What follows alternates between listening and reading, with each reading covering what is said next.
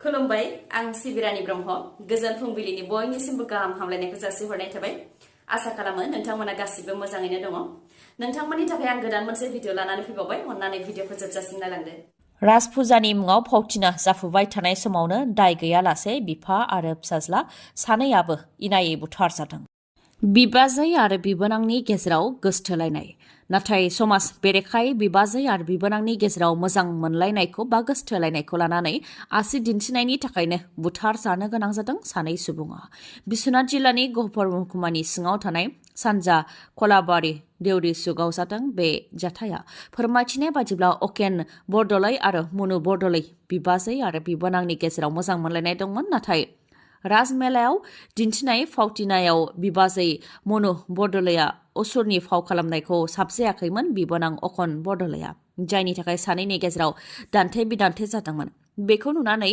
श्रीमन्त सैकियाया थांनानै खौरां लाहैदोंमोन आरो मानि थाखाय बिबाजै बिबोनांनि गेजेराव दावराव दावसि जादों बेखौ लानानै सोंथि खालामदोंमोन आरो श्रीमन्त सैकियाया मनु बरदलैजों गसंफानानै खोथाखौ बुंदोंमोन नाथाय रागा जोंनाय अकन बरदलैया बेखौ नुनानै आरोबाव बांसिन रागा जोंदोंमन जायनि जाहोनाव सानैनि गेजेराव नांलायलायनाय जादोंमोन बेयावनो बिबाजैजों समाज बेरेखायै मोजां मोनलायनायखौ लानानै आसि दिन्थिदोंमन श्रीमन्त सैकियाया बेनि थाखायनो अकन बरदलैया गावनि नखरनि सोद्रोमाफोरखौ लोगोआव लाफानानै श्रीमन्त सैकियाखौ गोबौ हाथियारजों गाग्लोबनानै बुथारदों जाथायखौ नुनानै श्रीमन्त सैकियानि बिफाया रैखा खालामनो थाखाय फैदोंमोन नाथाय बिथांखौबो इनायै बुथारदों जेबो जाहोन गैयालासे आरो जेबो दाय गैयालासे गुबुननि नांज्लायनायाव थांनानै फंनैसो खोथा बाथ्रा बुंहैनायनि थाखायनो बुथार जानो गोनां जादों बिथांमोनहा बे दायाव गहपुर पुलिसा दायनिगिरि अकन बरदलैजों लोगोसे अकन बरदलैनि बिफा आरो गासै साथामखौ हमबाय आरो खारखोमानाय सानैखौबो नागिरगासिनो दं होननानै मिथिहोदों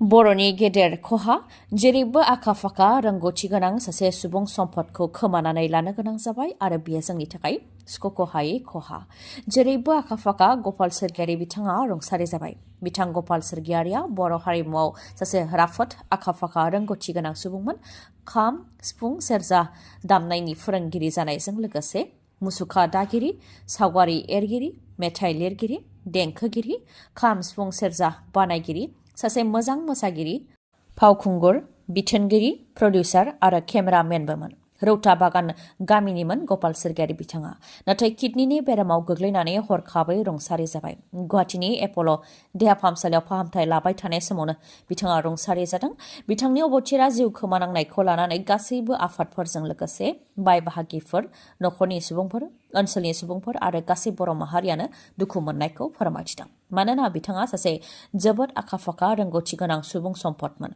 थैनाय समावबो बिथाङा उदालगुरि जिल्ला दुलाराय बर' हारिमु आफादनि बुंथिगिरि आरो उदालगुरि जिल्ला बर' सावथुन महरगिरि आफादनि लेङाइ नेहाथारिनि बिबान रुजुनानै खामानिखौ मावगासिनो दंमोन दा बिथाङा बाङाइ बैसो 37 बोसोर बैसोआवनो जोबथा हां लाबाय आरो बिथांखौ समाजनि नेमखान्थिनि गेजेरजों मैया जोबथा बिदाय होबाय बिटिआरआव टेट उथ्रिसारनाय बिजाथिफोरखौ दिनैसिमबो थिसनथाइ होयैखौ लानानै टेट उथ्रिसारनाय बिजाथिफोरनि खुद्रिसारनाय फैगौ 22 डिसेम्बर अदेबानि शुक्रबारखालि क'क्राझारनि एचएस एन्ड एमपि स्कुल प्लेग्राउन्डआव धर्ना होनाय हाबाफारि लानो हांख्रायदों फुंनि 10:30 रिंगानिफ्राय 3 घन्टा खुद्रिनाय हाबाफारि लानो थाखाय हांख्रायदों बिटिआर प्राइमारि टेट क्वालिफाइड एस'सिएशननिफ्राय आसाम सोरखार आरो बिटिआर सोरखारनि हेंथायैनो बे खुद्रिनाय हाबाफारिखौ लानाय जागोन होननानै फोरमायथिदों बिथांमोनहा जेराव टेट उथ्रिसारनाय बिजाथिफोरनो दिनैसिमबो एपइन्टमेन्ट होनायनि जेबो राहा लायाखै आरो बेनि थाखाय बिटिआर सोरखारखौ लोगो हमनो आरो सावरायनो थाखाय गले गले नाजादोंमोन नाथाय जेबो राहा लायाखै होननानै फोरमायथिदों बेनिखायनो बे खुद्रिनाय हाबाफारिखौ लानो गोनां जादों होननानै फोरमायथिदों बिथांमोना बेनिखायनो बिटिआर सोरखारनि हेंथा बे खुद्रिनाय हाबाफारि लानायाव बिटिआरनि गासैबो टेट उथ्रिसारनाय बिजाथिफोरखौ लैहोर लैहोर फैनानै बाहागो लाफैनो थाखाय खावलायहरदों लोगोसेयैनो बिटिआरनि गासैबो फरायसा आफादफोरखौबो हांख्रायहरदों होननानै फोरमायथिदों बिटिआरआव टेट उथ्रिसारनाय बिजाथिफोरनो जाहाथे फोसावथाय होनानै थिसनथाइ होयो बेनि थाखाय बिटिआर सोरखारखौ लोगो हमनो आरो प्रेस मिटनि गेजेरजों मेसेज होनो थाखाय गोबां नाजादोंमोन नाथाय मोजां फिथाइ मोननो हायाखै बेनि थाखायनो धर्ना होनाय हाबाफारि लानो गोनां जादों होननानै फोरमायथिदों बिथांमोनहा चाइनायाव गिख्रंथाव बांग्रिं मावदों जायजों दासिम सा 127 सुबुंनि जिउ खहा जाबाय आरो थैनायनि सुबुं अनजिमाया बांबावगासिनो दं बेनि अनगायैबो 700नि गोबाङानो जोखोम जादों चाइनानि मोननै प्रभिन्स गानसु प्रभिन्स आरो किंघाई प्रभिन्स बे मोननै प्रभिन्सआवनो बांग्रिंनि बांसिन गोहोम गोग्लैदों। हाजो ओनसोल जानायनि थाखायनो बे मोननै प्रभिन्सआव बांग्रिंनि बांसिन गोहोमा गोग्लैदों। हरनि समाव फैदोंमोन बे बांग्रिंआ रिपर्टनि बायदिब्ला गिबियाव 6.2 मेगनिटिउडनि गोख्रों बांग्रिं मावदोंमोन, नाथाय बेनि उनावबो थाद'नायनि मुं लायाखै बांग्रिं मावनाया। 6.2 मेगनिटिउडनि गोख्रों बांग्रिं मावनायनि उनावबो खनले बांग्रिं फैबाय थादों, जायनि थाखाय सुबुंफोरनि गोसोआव मोनसे गिनाय थासारि सोमजिदों आरो बे गोजां बोथोरनि समाव गोबां सुबुंफोरानो बाहेरायाव केम्प लुनानै थानो गोनां जादों, नाथाय खायफाया केम्पबो लुनो खाबु मोनाखै, जायनि जाहोनाव बिथांमोनहा आबाद फोथाराव अर सायनानै थानो गोनां जादों। बे गिख्रंथाव बांग्रिं मावनायजों गोबां न' बां आरो बिल्डिंफोरानो बायग्रेबदों। उनाव इमारजेन्सि रेस्किउ वार्कारफोरा बायग्रेबनाय बिल्डिंनि सिङाव नांथानानै थानाय गोथां बा गोथै सुबुंनि देहाफोरखौ बख'नायनि खामानिखौ मावदों। रिपर्टनि बायदिब्ला 32 खेब सोमावग्लुंदों, जायनि जाहोनाव लामा आरो न' बांफोरा बायग्रेबनायनि अनगायैबो गानसु प्रभिन्स आरो किंघाई प्रभिन्स बे मोननै प्रभिन्सआव मोब्लिब गैयै जादों। सोरखाराव थानाय राजखान्थि दोलोनि बेरेखा खोथा बुंनायनि थाखायनो देशद्रहिनि धारा लागायनानै होदों होननानै बुंथियो बिक्रम दैमारिया। मैया क'क्राझार जिल्ला बिजिरसालियाव अल बिटिआर कन्ट्रेक्टर एस'सिएशननि गाहाय नेहाथारि बिक्रम दैमारिजों लोगोसे बारग' एमएलए हितेश बसुमतारी आरो दावराव देख्रेब नार्जारी बिथांमोनहा नुजाथि फैदोंमोन। बेनिफ्रायनो बिथाङा बुंथिदों दि सोरखाराव थानाय राजखान्थि दोलोनि बेरेखा खोथा बुंनायनि थाखायनो देशद्रहि बा हादर बेरेखा धारा लागायदों। बिटिआरनि दफाफोरा मावफुंजायैखौ लानानै निउज पर्टेलनि गेजेरजों रायजो राजाफोरनो मिथिहोनायनि थाखायनो बिक्रम दैमारिया देशद्रहि जानो गोनां जादों होननानै बुंथियो।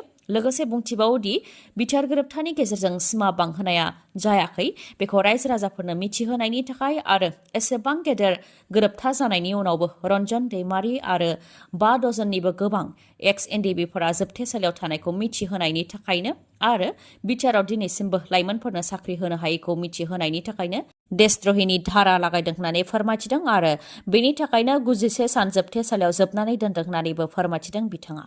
लोगोसे बिथाङा बुंथिबावदों दि पुलिसनि खामानिया रायजो राजाफोरखौ रैखाथि होनाय, नाथाय सोरखाराव थानाय राजखान्थि दोलोनि हेंथा खोथा बुङोबानो देशद्रहिनि मुं मोनो होननानैबो फोरमायथियो बिक्रम दैमारिया। जिनाहारि खालामनाय आरो जिनाहारि खालामनो नाजानायनि दायाव सानै दुथांनि हेंथा राय होबाय क'क्राझार स्पेसियेल कर्टआ। दायनिगिरि राहुल मुसाहारिखौ 5 बोसोरनि साजा आरो जयनाल आबिदिनखौ 25 बोसोरनि साजा फोसावबाय। क'क्राझार बिजिरसालिनि जयदेब घोष बिथांनि आदालतआव दुथां सानैनि हेंथा राय फोसावबाय। फोरमायथिनो गोनांदि जयनाल आबिदिननि हेंथा थांनाय 2020 मायथाइयावनो एफआइआर होनाय जादोंमोन। क'क्राझार जिल्लानि बग्रिबारि पुलिस थानायाव एफआइआर होनाय जादोंमोन, जेराव दुथां जयनाल आबिदिना उन्दै हिनजावसा गथ'खौ जुलि खालामनायनि लब दिन्थिनानै एमब्रायै जिनाहारि खालामदोंमोन। बे जाथायखौ लानानै उन्दै हिनजावसानि नखरनिया बग्रिबारि पुलिस थानायाव केस होदोंमोन। बे केसनि सायाव गोलाव सम बिजिरनायनि उनावनो दुथांनि हेंथा दा रायखौ फोसावबाय।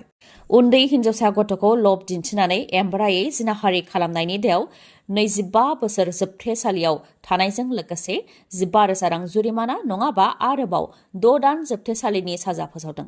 गुबुन फारसेथिं राहुल मुसाहारिनि हेंथायै 5 बोसोर जोबथेसालियाव थानायनि साजा फोसावबाय बिजिरसालिया। थांनाय 2020 मायथाइयावनो बे केसआ रेजिस्टार जादोंमोन। केसनि बायदिबा राहुल मुसाहारिया सासे उन्दै हिनजावसा गथ'खौ थालिर बागानाव जिनाहारि खालामनो नाजादोंमोन। बेखौ लानानैनो हिनजावसानि नखरनिया थांनाय 15 आगस्ट 2020 मायथाइयावनो दुथांनि हेंथायै एफआइआरखौ होदोंमोन। बे केसनि सायाव बिथा खालामनानैनो गोलाव सम नायबिजिरनायनि उनाव दुथांनि हेंथा रायखौ फोसावबाय बिजिरसालिया। दुथांखौ 5 बोसोर जोबथेसालियाव थानायनि साजा फोसावनायजों लोगोसे 5,000 रांनि जुरिमाना फोनांदों आरो बे 5,000 रांनि जुरिमानाखौ होआबा आरोबाव 2 दान जोबथेसालियाव थाबावनो गोनां जागोन दुथां राहुल मुसाहारिया। जुनारनिफ्रायबो गाज्रिसिन माखासे सुबुंफोरनि आखुआ। माखासे सुबुंनि आखल आखुआ जुनारजोंबो रुजुजाया। सासे बिफाया गावनि उन्दै फिसाखौनो नायगार बुथारनो हायो ने? बेबो जेबो जाहोन गैयालासै। उन्दै गथ'आ गाबनायनि थाखायनो रागा जोंनानै बिफायानो जुदि फिसाखौ बुथारोब्ला बे बिफाखौ जुनारजोंबो रुजुनो हाया। मानोना गासै जिब जुनारानो गावनि फिसाखौ अनो आरो बजबो, आदार नागिरनानै जानो फोरोङो आरो सिखार खालामनो फोरोङो। नाथाय मानसि माहारिया गावनि फिसाखौ गाबनायनि थाखायनो बुथारनाया लाजिनांथाव। नंगौ, बे लाजिनांथाव जाथाया गलाघाटआव जादों। गलाघाटनि उपारलांथा गामियाव जादों बे लाजिनांथाव जाथाया।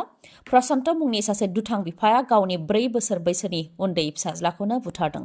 हरनि समाव फिसाज्लाया गाबबाय थानायखौ लानानै रागा जोंनानै खास्रि बिस्रि गावनि असे फिसाज्लाखौनो बुथारदों दुथाङा। फोरमायथिनाय बायदिब्ला बे समाव बिमाया खामानिनि थाखाय बायजोआव थांदोंमोन, नाथाय बे बुथारनाय जाथायखौ उन्दै गथ'सानि बिबैया गावनि मेगनजोंनो नुदों होननानै फोरमायथिदों। जाथायखौ नुनायनि उनावनो ओनसोलनि सुबुंफोरनो मिथिहोनायाव ओनसोलनि सुबुंफोरा बरपेटा पुलिसनो मिथिहोहरदों। उनाव पुलिसा फैनानै दुथांखौ हमदों। गोदान मटर साइकेल बा स्कुटि बायनो गोसो दंब्ला नोंथांमोननि थाखाय मोनसे गोजोनथाव खौरां।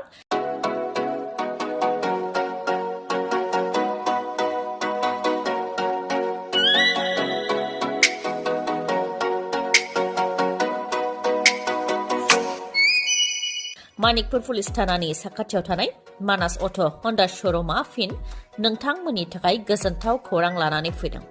गोथार बर'दिन सानजों लोब्बा लाखिनानै बायदि बायदि अफार फोसावदों मानास अट' हन्डा श'रुमा। अफारफोरा जाहैबाय जायखिजाया मटर साइकेल बा स्कुटि बायोबा नोंथाङा बेसेन नाङालासे 2 हेलमेट मोननो हागोन। लोगोसे बेसेन नाङालासे 5 लिटार पेट्रल मोननो हागोन आरो बेसेन नाङालासे गोजां बोथोरनि थाखाय कम्बलबो मोननो हागोन। बेनि अनगायैबो नोंथाङा मोननो हागोन 1000 केशबेक, अदेबानि नोंथाङा 1000 रांबो मोनफिननो हागोन। अब्ला नोंथाङा गोनो गोथो जानांगौनि जेबो गोनांथि गैया। थाबैनो नोंथाङा मानिकपुर पुलिस थानानि साखाथियाव थानाय मानास अट' हन्डा श'रुमनिफ्राय गोदान मटर साइकेल बा स्कुटिखौ लायनो हागोन। आरो नोंथांमोननो बेखौबो मिथिहोबावोदि जायखिजाया कम्पानिनि गोजाम मटर साइकेल बा स्कुटिखौ सोलायनानै नोंथाङा गोदान मटर साइकेल बा स्कुटिबो बायनो हानायनि राहा दं बे श'रुमाव। बेनि अनगायैबो नोंथाङा गोजान जानथायनिब्ला हम डिलिभारि खालामनायनिबो राहा दं बे श'रुमाव। आबुङै मिथिबावनो थाखाय 7002601255 नङाबा 9101272776 बे नाम्बाराव खौरां लाहरनो हागोन। गोजोन्थों। दिनैनि भिडिअआ एसेनोसै। गाबोन फिन लोगो मोनफिनबावगोन। नोंथाङा जुदि आंनि भिडिअखौ मोजां मोनदोंबा लाइक, कमेन्ट आरो शेयार खालामनो दाबाव। गोजोन्थों।